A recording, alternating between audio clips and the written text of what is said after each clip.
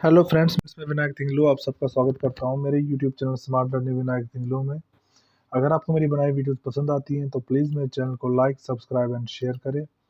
जैसा कि हम सब जानते हैं कि माइक्रोसॉफ्ट कंपनी ने विंडोज़ 11 को रिलीज़ कर दिया है और साथ ही साथ में हमें ये भी बताया है कि विंडोज़ 10 के अपग्रेड्स हमें 2025 तक मिलते रहेंगे। आज की मेरी जो वीडियो है वो इन्हीं अपग्रेड्स, इन्हीं फीचर्स के ऊपर है। पर मैं विंडोज़ के फीचर्स की बात करने से पहले आपको एमएस ऑफिस के, एमएस वर्ड के फीचर्स के बारे में बताना चाहता हूँ। एक ऐसी ट्रिक के बारे में बताना चाहता हूँ जो आपके बहुत ही काम आने वाली है। तो चलिए बिना टाइम वेस्ट किए सबसे पहले मैं आपको एमएस वर्ड के उस ट्रिक या फीचर जो भी आप कहना चाहें उसके बारे में बात करूँगा। जिसके लिए मैं एक एमएस वर्ड की फाइल आपके सामने ओपन कर लेता हूँ। जैसा कि आप देख सकते हैं मैंने 3 वर्ड्स को हाइलाइट किया हुआ है, ट्रेडमार्क, रजिस्टर्ड एंड कॉपीराइट। ये 3 जो चीज़ें हैं इनका क्या मतलब होता है। The trademark symbol subscript TM is used to indicate that the preceding mark is the trademark. ये ट्रेडमार्क का साइन होता है जो ये TM है, जैसा कि आप देख पा रहे हैं। मैं इसको थोड़ा ज़ूम कर देता हूँ कि आपको ईज़िली दिखे। जब भी TM का साइन मिले, आपको दिखे या आपको कहीं भी देखने को मिले तो उसका मतलब होता है ट्रेडमार्क। और साथ ही साथ में अगर आप इस R के साइन को कहीं भी देखेंगे तो इसका मतलब होता है रजिस्टर्ड। मैं इसको भी थोड़ा बड़ा कर देता हूँ आपको दिखाने के लिए। इसका मतलब होता है रजिस्टर्ड। और जो ये C आप सर्कल में देख रहे हैं इसका मतलब होता है कॉपीराइट। जी, पर बात यहाँ पे ये आती है, मैं आपको क्यों बता रहा हूँ कि ट्रेडमार्क, रजिस्टर्ड और कॉपीराइट का क्या मतलब होता है। जैसा कि आप अपने स्क्रीन पे पढ़ के देख भी सकते हैं। रजिस्टर्ड का मतलब होता है व्हाइल द आर इंडिकेट्स है रजिस्टर्ड ट्रेडमार्क, जैसा कि आप समझ गए होंगे। और जो सी सिंबल होता है वो कॉपीराइट का सिंबल होता है।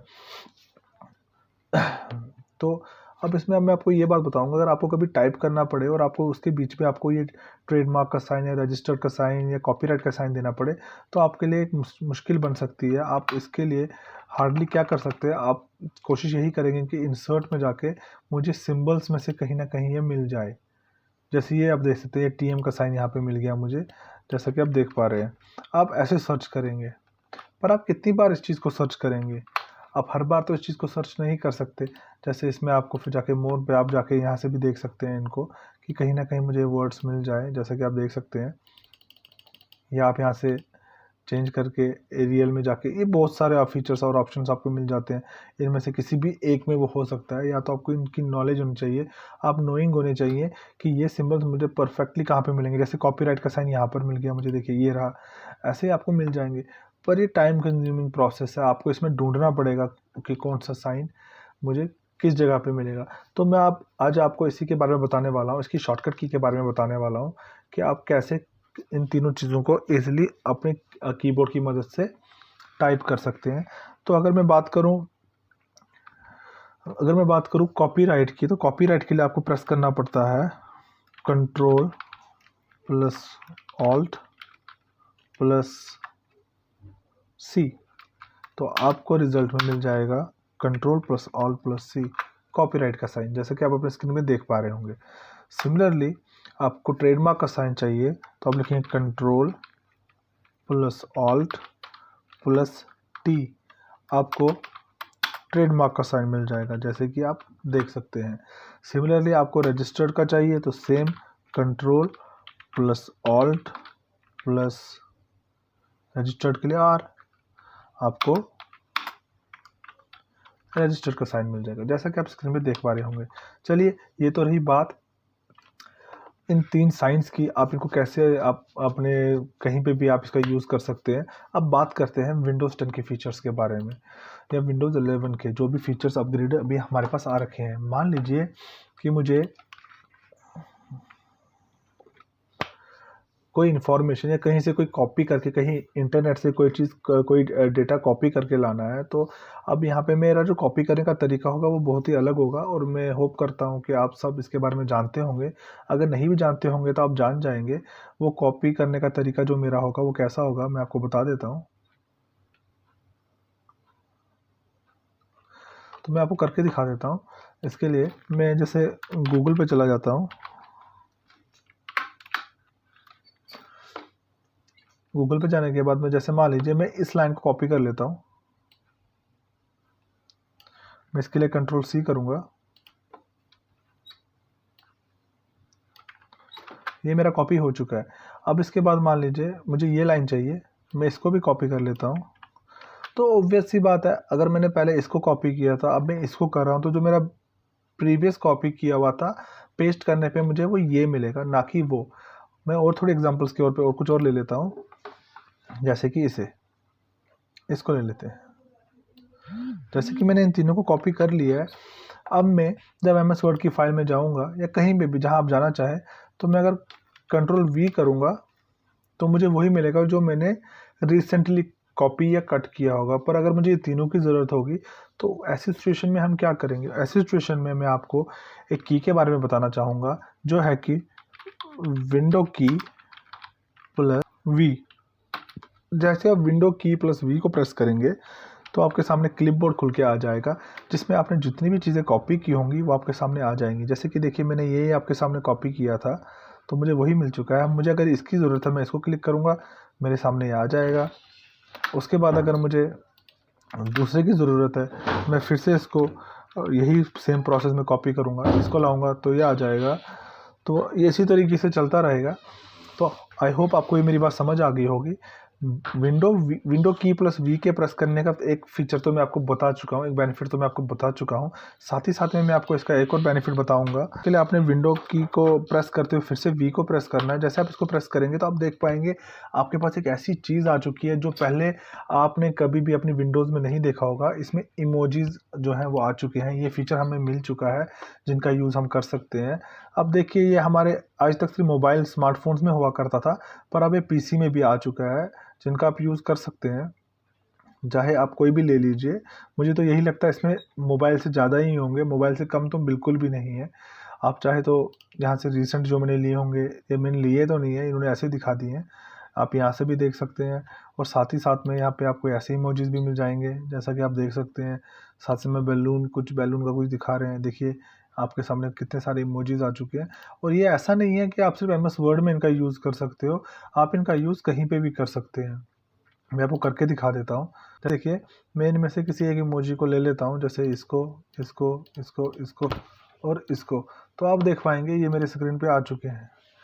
आप इसका इस्तेमाल आप इस पे ही नहीं, सिर्फ इंटरनेट पे भी कर सकते हैं। जैसे मैं गूगल में लिख लेता हूँ, विंडो की के साथ वी को प्रेस करता हूँ, तो आप देखेंगे कि यहाँ पे भी मुझे फीचर मिल चुका है। अब मैं यहाँ से कोई भी इमोजी अगर लूँ तो वो मेरे उधर भी टाइप हो रहा है। आई होप आप मेरी ये बात भी समझ गए होंगे। चलिए हम अपना टॉपिक आगे बढ़ाते हैं। अब मैं आपको अगर ये कहना चाहूँ कि आप एक ही स्क्रीन पे मल्टीटास्किंग का काम कर सकते हैं, मैं आपको मल्टीटास्किंग का काम भी करके दिखा देता हूँ। इसके लिए हम क्या करेंगे, मैं इसको मिनिमाइज़ कर देता हूँ और इसको भी मिनिमाइज़ कर देता हूँ।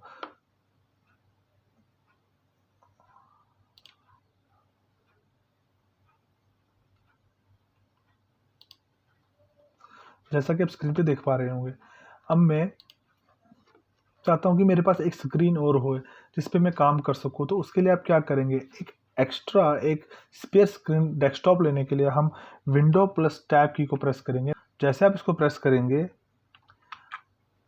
आपके सामने देखिए डेस्कटॉप 1, डेस्कटॉप 2, न्यू डेस्कटॉप। जैसे न्यू डेस्कटॉप का आपके सामने ऑप्शन आ जाता है, आप इस पर क्लिक करते हैं तो आप देखेंगे कि आपके सामने एक नई डेस्कटॉप बन के आ चुकी है। आप यहाँ पे कुछ भी खोल सकते हैं। जैसे कि मैं यहाँ पे ओपेरा मिनी को खोल लेता हूँ और साथ ही साथ में दिस पीसी को। मैंने इन दोनों को एक साथ ओपन कर लिया है।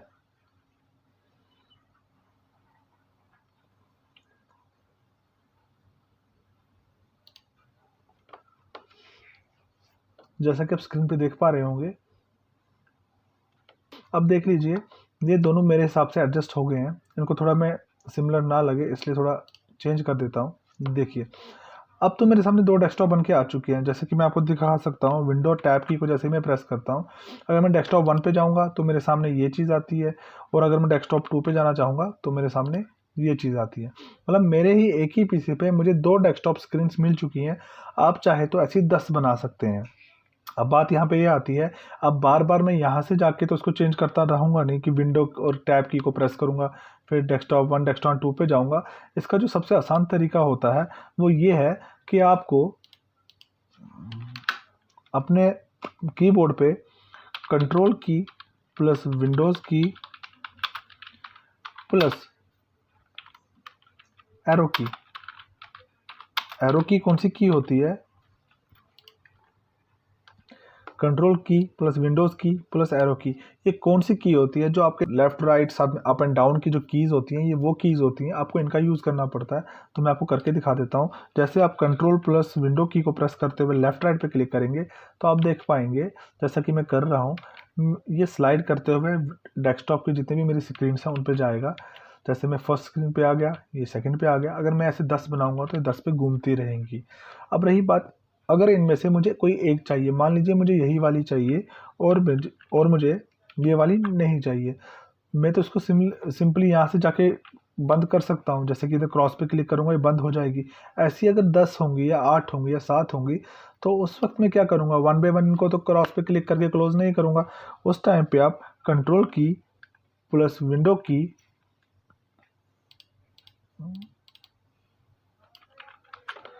उस वक्त आप कंट्रोल की प्लस विंडोज़ की प्लस F4 को प्रेस करेंगे। F4 को प्रेस करेंगे, इससे क्या होगा, आपकी जो करंट डेस्कटॉप स्क्रीन होगी वो तो क्लोज नहीं होगी, मगर बाकी जितनी भी होंगी वो क्लोज हो जाएंगी। मैं करके दिखाता हूँ आपको। कंट्रोल की प्लस विंडोज़ की प्लस F4, तो आप देखेंगे वो मेरी विंडो जो थी, वो जो मेरी डेस्कटॉप स्क्रीन थी वो बंद हो चुकी है, आपको नहीं मिलेगी। देखिए डेस्कटॉप 1 न्यू डेस्कटॉप में कुछ भी नहीं है।